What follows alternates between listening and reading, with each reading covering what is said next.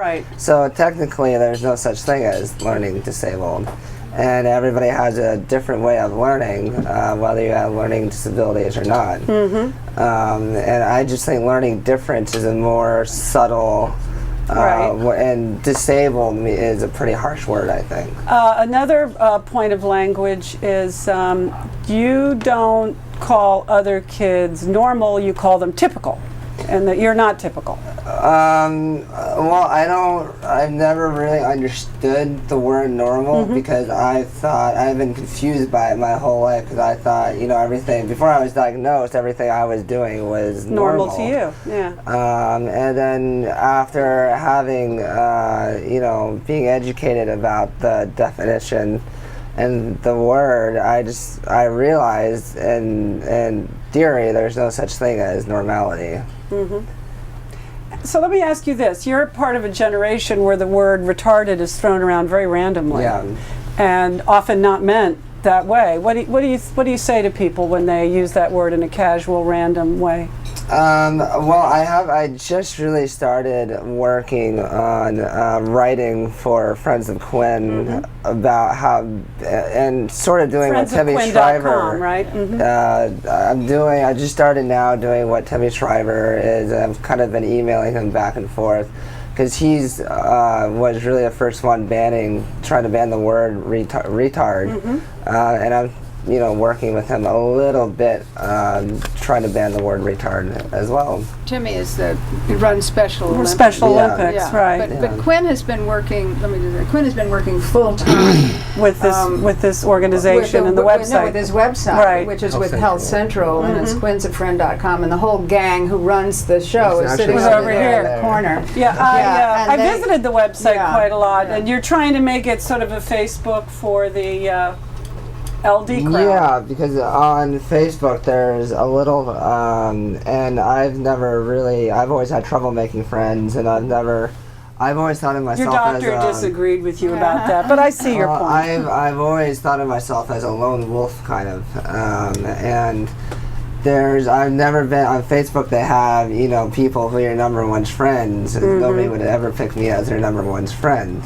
So what I decided to do was to create a website that was a social networking site it was originally designed your number one friend. For young adults with learning disabilities, but now we have people coming in that are 50 years old, 40 years old, 8 years old, so I just said the hell with it, it's for everybody. We're close to being out of time. I want to come back to you about something, but I wanted to ask your permission to ask your parents 2 questions that have nothing to do with the subject at hand. Is that okay? Yeah, before we get into that, I wanted to thank Jeff Himmelman, who's sitting over there in a red t-shirt, who helped me write my book. Right, yeah. Dan, I wanted to ask you about something, just journalistically. Washingtonian Magazine recently put Barack Obama on the cover bare-chested. And I thought you haven't seen, but have you heard about it? Never heard about it. What do you think about putting the President of the United States on a magazine bare-chested? Well, it's their magazine. I think it's sort of, I don't think I'd do it.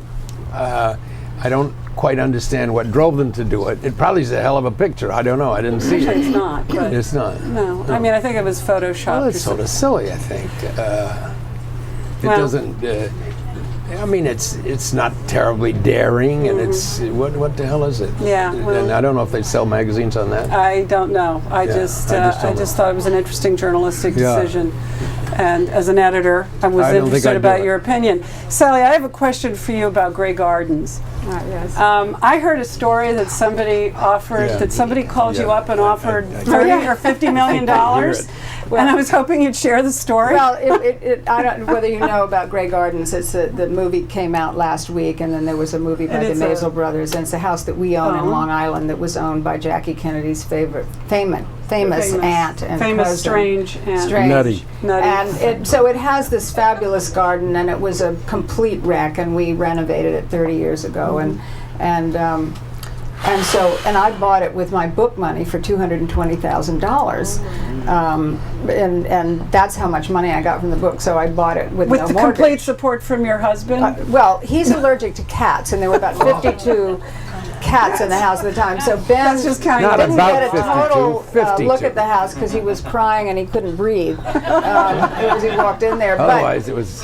He, at first he said, "You're out of your mind," but then he got so caught up in the project that we both were consumed by it. It was just so exciting to turn this wreck into something beautiful, Right. make it beautiful again.